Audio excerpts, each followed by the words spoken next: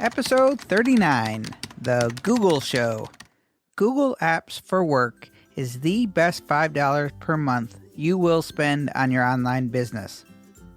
And you are listening to episode number 39 of Mike Murphy Unplugged. Learn, create, move forward. I'm your host, Mike Murphy. I'm a one-man band, I'm a technology junkie, and I love helping people figure things out. And I am really excited to be here with you today. The goal of Mike Murphy Unplugged, it's to help you learn what you need to know in order to create online content so you can move forward in business and in life. And in this episode number 39, what exactly is Google Apps for Work? How do I use it, and why do I recommend it for all podcasters and online businesses? But first, let's start the show with a question of the week from Ask Mike Anything. For those of you just tuning into the show for the first time, Ask Mike Anything. It's your chance to ask me what you want to know more about. Where are you struggling in your online business? Just head on over to mikemurphy.co. Leave me a question and I will answer it in a future episode. Today's Ask Mike Anything. Do I need expensive headphones to record my podcast, or are Apple earbuds good enough? Well, this is actually a really good question, and the answer triggers another important tip. I would say that I do recommend you upgrading from the Apple earbuds, if possible, to headphones that are going to give you a flatter, cleaner sound so that you can really hear any issues in your recording. I use the Sony MDR 7506s. They are very popular. They're not the best that money can buy, but at around $75, I think they do a good enough job, and they're pretty comfortable. My side tip here, though, is that your earbuds are still useful for podcasters and content creators. People listen to podcasts on many different devices and in many different scenarios. Many people listen to podcasts in their cars or on home speakers or possibly when they're out walking or jogging, exercising, that on their iPhone and iPad. So it's really a good idea for you to hear how your podcast sounds on these different devices. And your earbuds are a great way to do that, as that's how most people listen to podcasts these days. So while I do recommend better headphones, more designed for recording than listening to music, keep your Apple earbuds close by, as you should absolutely test your episodes in the same way that most of your listeners are going to be experiencing your show. Let's jump into episode number 39, The Google Show. What is Google Apps for Work? What features do I use on a regular basis? And what are some unique ways that podcasters and online brands can use Google Apps for Work for their podcast or business? Let me start off by saying that Google Apps for Work is the first thing I tell people to sign up for whenever they are starting a new website or business, and is the one tool that I think really has no competition. This is my opinion, but Google Apps for Work is a must-have for businesses or brands of all sizes, really. So what is it? Google's own definition says it best: an all-in-one suite to communicate, store, and create. Google Apps for Work, or as I'm going to call it from here on in, Google Apps, is a cloud-based, meaning you can access it anywhere in the world, bundled suite of all Google-based productivity tools that can be branded to your business and, more importantly, your domain name. Google Apps is the admin side of your business, like email, calendar, word processing, spreadsheets, and so much more. I know, all the real fun stuff and exciting stuff, but it is the stuff that keeps your business moving and on track. The simplest way I can explain Google Apps for Work is that you're paying $5 per user per month to have Gmail and all of the other great Google productivity apps integrated around your website, your brand name. It is basically white gloving Gmail, so you remove all of the Google branding and replace it with the name of your web address. For my Google Apps for Work, I use mikemurphy.co as the primary domain name. All of the changes are made at your website hosting account, so there's full integration with my website. And trust me, you would rather use Gmail over GoDaddy or Bluehost or any of the web host providers. Trust me on this one. Okay, moving on. How much does it cost? $5 per user per month, or $60 per year, or 16 cents per day is the plan that I use and recommend.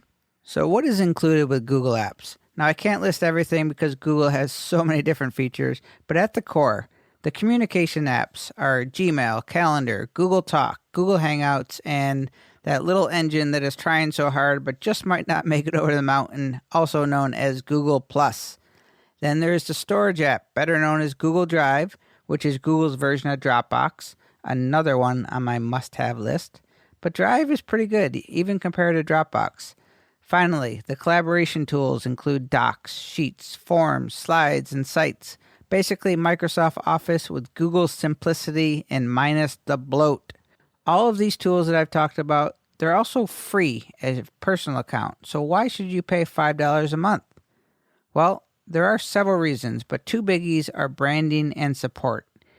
Google Apps for Work is set up around your domain name. So instead of me using mikemurphy2733@gmail.com for my business, I can be mike@mikemurphy.co. Same Gmail goodness, only it is customized to my brand and business. And benefit number two that I'm not even sure that a lot of Google Apps users even realize is that you have 24/7 call-in support with Google, and their customer service rivals Apple, actually. The support line alone is worth the $5 a month, but having the power of the best email service ever made with Gmail integrated with your brand is probably my number one reason I urge most people to just use Google Apps if you have a website or a business. Okay, big pro tip here. Email and domain aliases are awesome.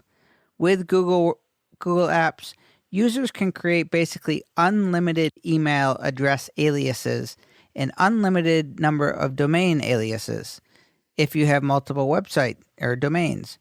So what do I mean by this? Well, my primary email address is mike@mikemurphy.co, but I can create as many variations of prefixes as I want. Say hello@mikemurphy.co, or info, or billing at, or askmike@mikemurphy.co. You know, for all the different departments that I run as a one-man band, comes in handy. These are called email aliases. Then there's what is called domain aliases, which I think is also great. So I own a lot of rainy day domain names, and I can add any of them to my same $5 a month account. It does not count as a new user. So let's say that I take my askmikemurphy.com, another domain that I own. I can create as many aliases with the same prefixes that we used before, like Mike at, or info at, or billing at, all under another domain. In fact, I can use many different domains. All of the emails still pour into my same funnel. Very handy. A lot of power in the aliases, and again, it's still included with your main account. Just say, for example, you want to, poll your audience. Make the address easy for them. Just create an alias in 2 seconds called feedback@mikemurphy.co. They'll remember it, and it's pretty effective marketing. Okay, how do I use Google Apps for my podcast and online business? I use Gmail, Calendar, Google Drive, and Google Docs for, I'd say, over 90% of my administrative and productivity workflow. Google Drive comes with a whopping 30 gigabytes of free storage, which is quite a bit more than the free 2 gigabytes offered by Dropbox, and they serve a very similar purpose. You can store most anything in Google Drive and access on any device and share with anyone easily. Like all of the Google apps, it integrates very nicely with smartphones and tablets, so easily save your stuff from all your iDevices and access them on your computer or wherever. Google Docs, it's the home of all the writing and presentation tools similar to Microsoft Word, Excel, and PowerPoint, etc. I see no need really for people to hang on to Microsoft Office anymore. Google Docs is simple, clean, and just as powerful. So even though I do a lot of writing inside of Scrivener and Workflowy and other tools, I do a lot in Google Docs. And I also love Sheets, which is the Excel counterpart. That's one place where I list all of my resources and tools and just kind of hash out my ideas there in various documents. I know a lot of people swear by Evernote for writing and storing stuff like this, but I'm always in Gmail, so accessing everything is just super simple. Finally, Google Apps for Business is also home to Google Plus and YouTube, and all done under your business name.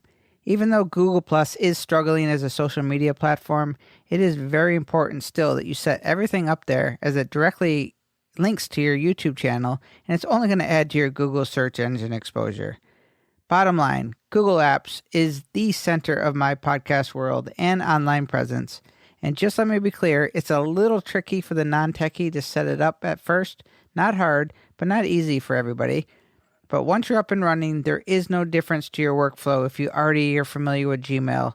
The main difference is that it's all customized to your brand, and Google is only a phone call away if you need anything. It all works effortlessly across all devices and can be accessed anywhere you can get an internet connection. Google Apps for Work is one tool that I will say 100% is a must-have for anybody with a website or brand. I feel that strongly about it. But what are some ways that one-man bands, podcasters, and online businesses can take Google Apps up a notch and leverage its power? Number 1, use Google Sheets or Excel to keep track of your podcast episodes and notes as you're making the show. As you build up your library of lots of podcast episodes, you have this one big master database of all your shows. So say you want to reference, an episode where you talked about a certain topic. You can just do a quick little search. Google is the search master, so it's great for that. Google Sheets, as I mentioned before, is where I keep a giant spreadsheet called podcast resources, and I fill it in with links and tools as I learn them. I just drop them in there. So when I want to go back and reference something, I just have this big kitchen sink of lists of resources always at my disposal. Number 2, Google Forms. This is an underused tool by many. A lot of people don't even know about it, but it's part of the Google Suite where you can create on-the-fly surveys and questionnaires, and all of the answers get automatically tracked inside a Google spreadsheet. Maybe create a form for your podcast and you ask for feedback, or have your audience vote on a new feature you're considering. Or maybe you have a new episode artwork and you want your voters to listen or to vote on it. What's nice about the forms is that you can share them with a simple link. You can send them in your email newsletter or embed them on your website. Very easy to distribute and very effective. Number 3, collaboration and sharing. I see the real value of Google Apps for podcasters in the collaboration tools. Every document in Google Apps can be shared with one or many. You set all the permissions. If I create a Word-style document and share it with you, we can work on the same document from anywhere in the world in real time. All the changes are easy to see. There's never an issue if you want to go back and revert to a previous version, etc. So where might these collaboration tools work well for podcasters and one-man bands? Well, right out of the gate, a great benefit is that they eliminate the back and forth of sending documents via email. Such a pain. Maybe you're a podcast consultant or coach, or you're walking students through a checklist or a roadmap or whatever you're doing for your coaching. Share your documents so you can both work on them in real time. You can see exactly where you are and measure the progress. Maybe you're an interview podcast. Use Google Forms to send a pre-interview questions to your guests, or create a Google Doc with all the show notes and have your guests fill in their thoughts or answers before the show. If you co-host a podcast with someone who lives in another part of the world, create one script that you can both work on simultaneously. Again, avoid that back and forth of email attachments. Use Google Docs for virtual assistants, which is big in the online world today. Maybe you hire a virtual assistant on Fiverr to do small tasks. Well, you can create a centralized folder and share it and just keep adding files or videos or whatever you need them to do, kind of like one big Dropbox. The great thing of Google Apps is that you can share only what you want. So a virtual assistant will not be able to access anything that you do not share with them. There are so many use cases of Google Apps for Work, but one that I'll leave you with is maybe you're going to grow someday. Maybe your empire is going to get built. You're a one-man band now, but in the future, you might add team members. And adding people to your domain and giving them an account is just simply adding a $5 per month charge. That's it. Each member gets their own email, and being the administrator of the account, you have full features of an IT department. It is impressive how much the admin can control all the users and all the data that goes through. You can put quotas and whatnot. And remember, if you get stuck, Google is just a phone call away, 24/7. Pretty cool. In conclusion, Google Apps for Work is the entire suite of Gmail, Calendar, Google Drive, Google Docs, Google+, Google Talk. The list goes on. One simple sign-in. $5 per user per month. You get Gmail, Google Calendar, and all of the Google productivity, storage, and collaboration tools integrated with your business name and 24/7 support. How many times have you gotten an email from a business with an email address, something like mikeslandscaping@gmail.com? Well, they had the right idea of using Gmail, but wouldn't it be more professional if they had Mike at mikeslandscaping.com? Same Gmail, only for your brand. The alternative to using Google Apps is to use your web hosting company as your main email provider, and I really, really, really encourage you not to do this. So with Google Apps and Adobe CC that I talked about last week, you have everything you need to take on the world, or at least run a really good podcast in a one-man band operation. And as always, I thank you for taking the time out of your day to listen to this podcast. I do appreciate it. Remember to keep those questions coming for Ask Mike Anything, and I'm still taking requests for tutorials on topics that you want to know more about, so email me, tweet me, snap me, or find me over at Instagram. Also, if you haven't signed up for the newsletter yet, you can do so over at mikemurphy.co for the latest news and updates. And I thank you for joining me today. I hope you join my one-man band, and together we can learn, create, and move forward. Cheers.